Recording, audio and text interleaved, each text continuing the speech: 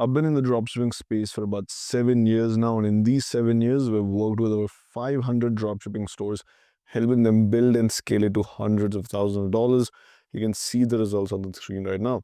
Now, if you are watching this video, there's one of two reasons. Number one, you're tired of sitting on the sidelines and you want to get started with dropshipping because you see the potential in it. Number two, you've already tried dropshipping, but you failed miserably and you do not know what you're doing wrong or how to figure it out. And I am going to fix that in this video. By the end of this video, you'll know exactly how to start and build a dropshipping store that is profitable and successful. And by the end of this year, you'll have a successful store. In this video, I'm going to give you the exact step-by-step process, exact step-by-step strategy that you can take and implement and get started with and build a successful store. So make sure you watch this video till the end. It's going to be a no fluff, straight strategy video. Also, before I jump into it, I'm offering 10 free consultation calls to subscribers.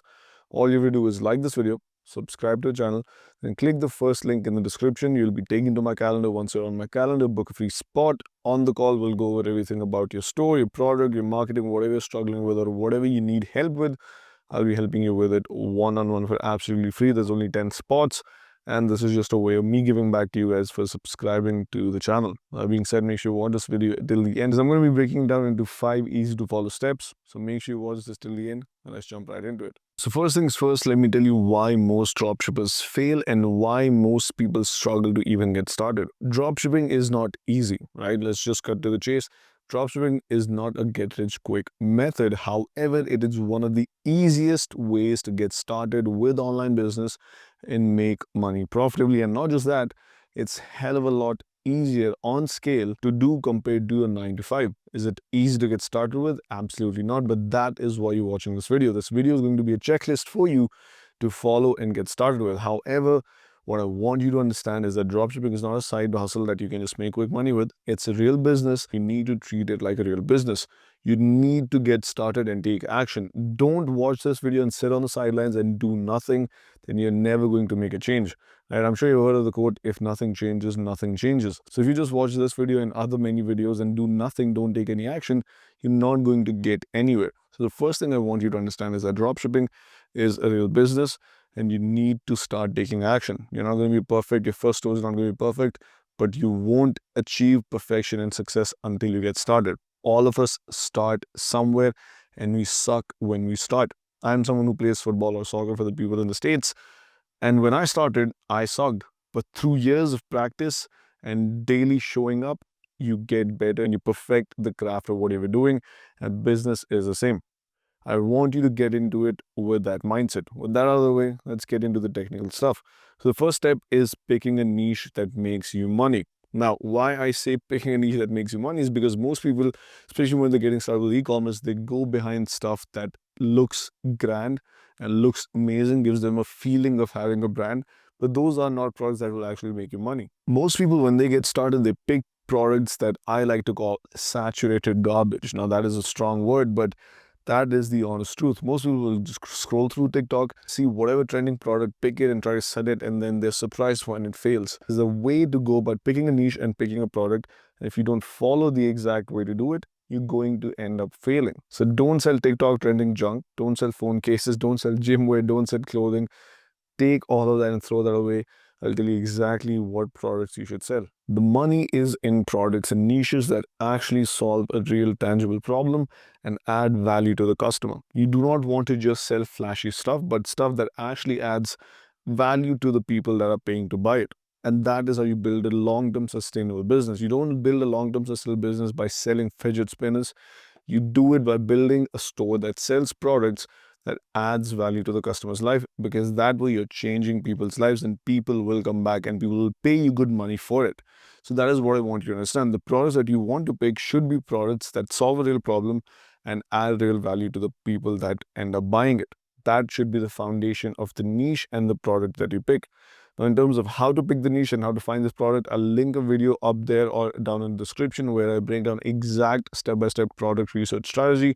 Make sure you watch it after this video, or if you just want to hop on a call with me and take up on the free one-on-one call, click the link in the description, book a free call with me. I'll help you with product research as well. But the key here is to understand, don't sell trending garbage, don't sell phone cases, don't sell gym wear, don't sell clothing, apparel.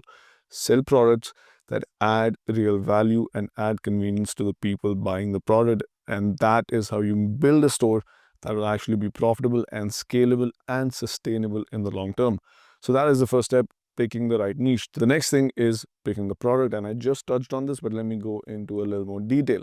So the key, as I mentioned, is solving problems. Now, I like to pick products that actually solve a tangible problem, and I'm going to give you an example that I love talking about, and this is the easiest example to give because this is very close to myself. But I am someone who spends hours working every day, and I'm sitting on this desk and I'm showing up every day, and I have back pain. As I'm sure any of you who are watching who spend a lot of hours in front of the computer, you experience back pain. Now, if I am scrolling through Instagram or Facebook and I see a product that solves back pain, you bet your ass I'm going to buy it. And the reason is because of the problem it solves. The reason is because I am someone who will pay money to solve the back pain that I have, because this back pain is stopping me from working harder, stopping me from relaxing more, enjoying activities.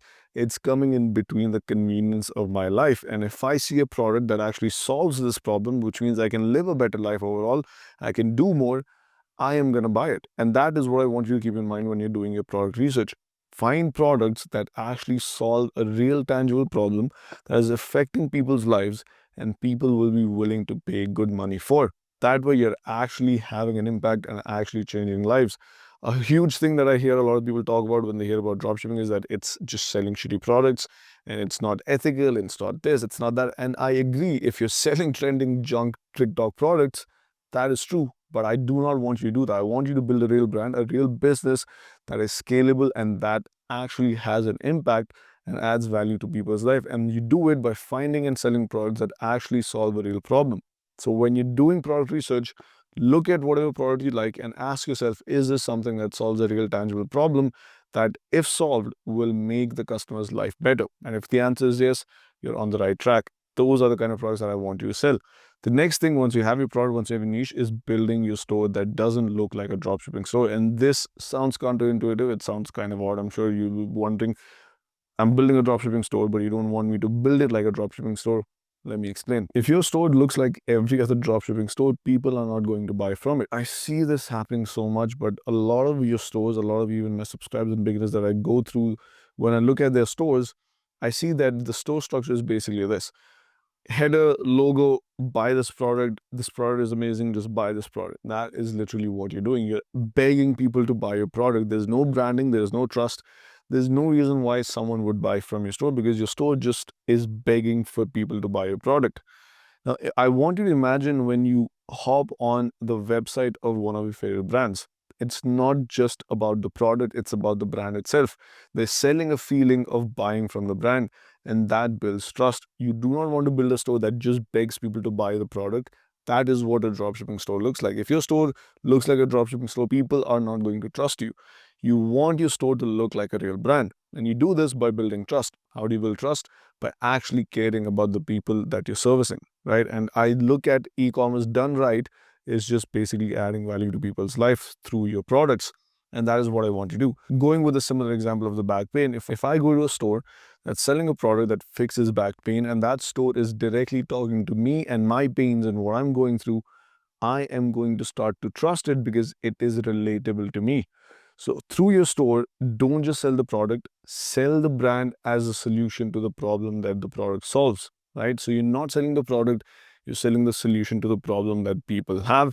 And you do this by actually talking directly to the people that you're servicing and actually being relatable to them as a brand. You want them to know that you as a brand understand the problem that the customer is facing, and you have created this product specifically for them to solve that problem, right? And this is how you build a store that actually builds trust. Once you have people trusting your store, they're going to buy from you, right? Once you have your store sorted as well, the next step is launching the ads and actually getting traffic to the store so that you can convert them into real sales. So what I'm going to do here is I'm going to stitch a part of a video that I've already made before that covers a step-by-step Facebook ad strategy for beginners. This is very beginner friendly, so you can just get started with it even if you have no experience.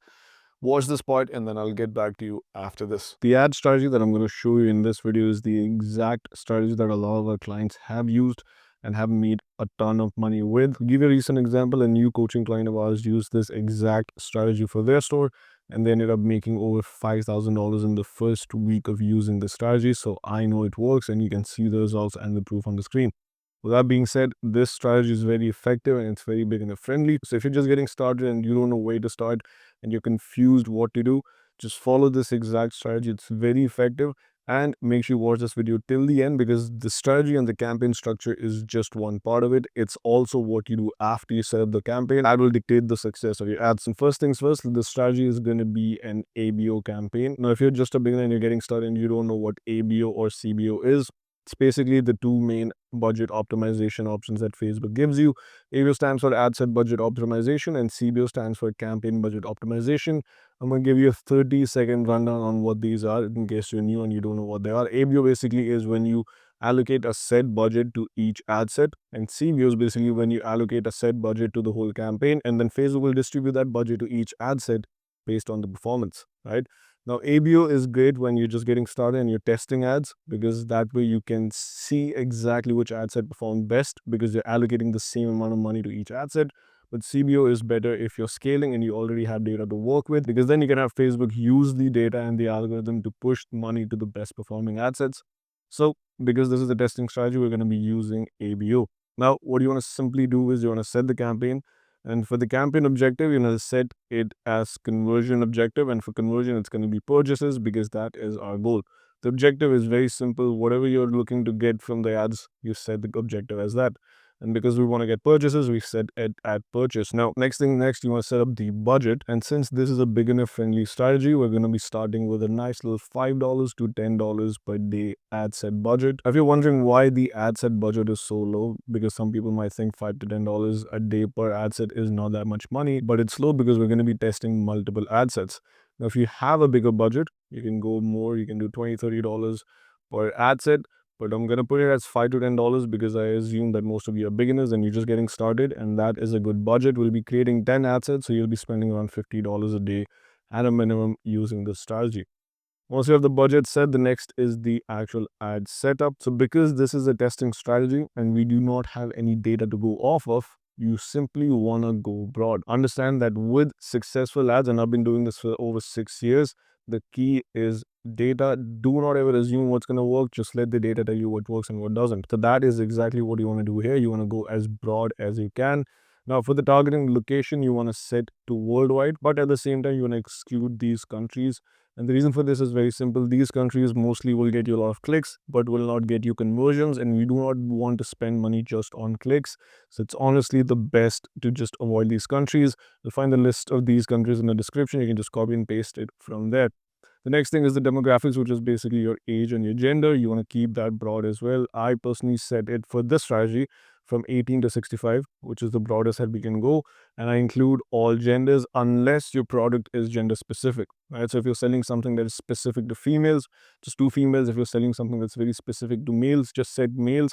But do not just assume if a product is something that can be used by any gender. Just go broad, because you would honestly be surprised. So do not make an assumption. If your product isn't gender specific, just go as broad as you can. And then this is the fun part, the interest targeting. Now, this is where you test different audiences. Now, what you simply want to do is for each ad set, you want to select one single broad interest per ad set. I'll say that again, and this is key.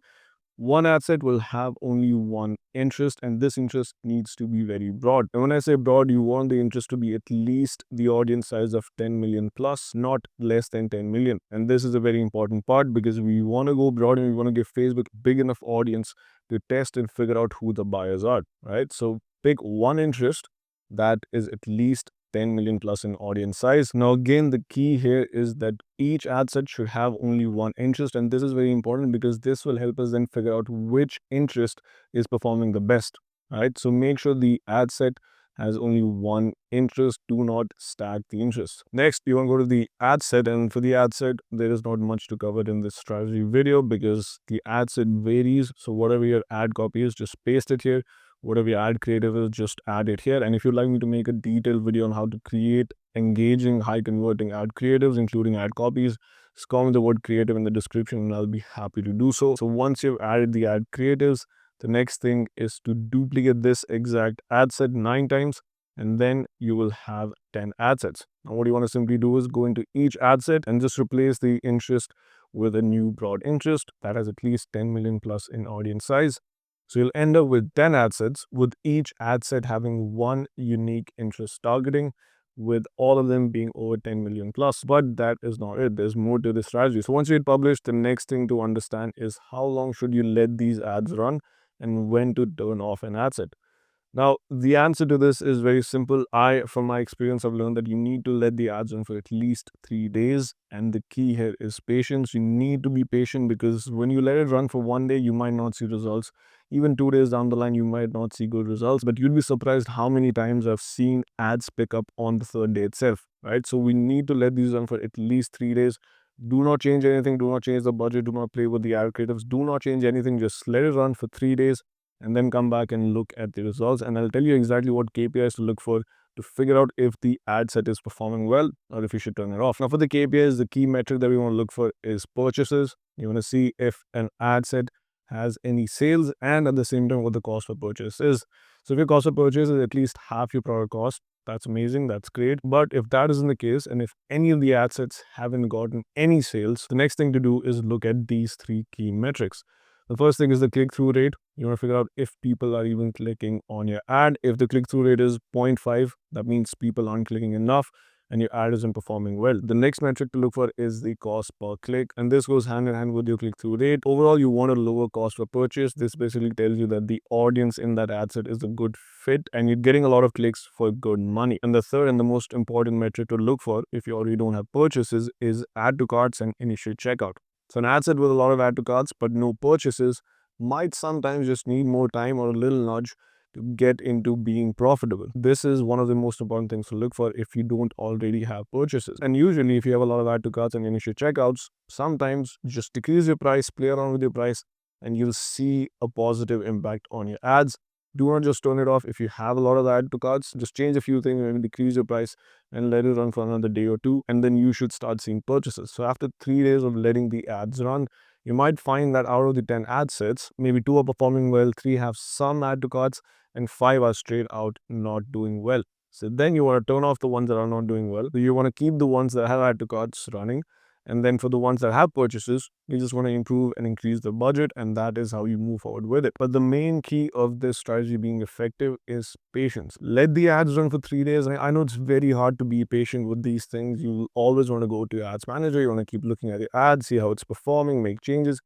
But trust me, just let the ads run for 3 days and do not touch them. Now, alongside your ads, there are a lot of other variables that will decide whether or not you are able to get sales. And a big one of those is your ability to convert traffic. If you have a store, you're running ads, you're getting traffic, but you're not able to convert that traffic into sales, there is a problem with your store, and there are things you can do to improve your conversion rate. So that, ladies and gentlemen, is how you build a successful store in 2025 and moving forward. It sounds very simple, it's very straightforward, and to be honest, that is how it is. The facts and the strategies are very simple. All you need to do is show up, be consistent, and put in the work. And also, again, if you are struggling with something, if you don't know how to get started, or you have gotten started but you feel stuck, or you've tried it all but you haven't found any success, I'm offering 10 free consultation calls. Click the link in the description. Book a free call with me. I'll hop on the call with you. I'll go through anything that you're struggling with. I'll help you with it one-on-one and help you build a successful store. With that being said, make sure you leave a like, make sure you subscribe to our channel, make sure you leave a comment if you have any questions, and I'll see you in the next one.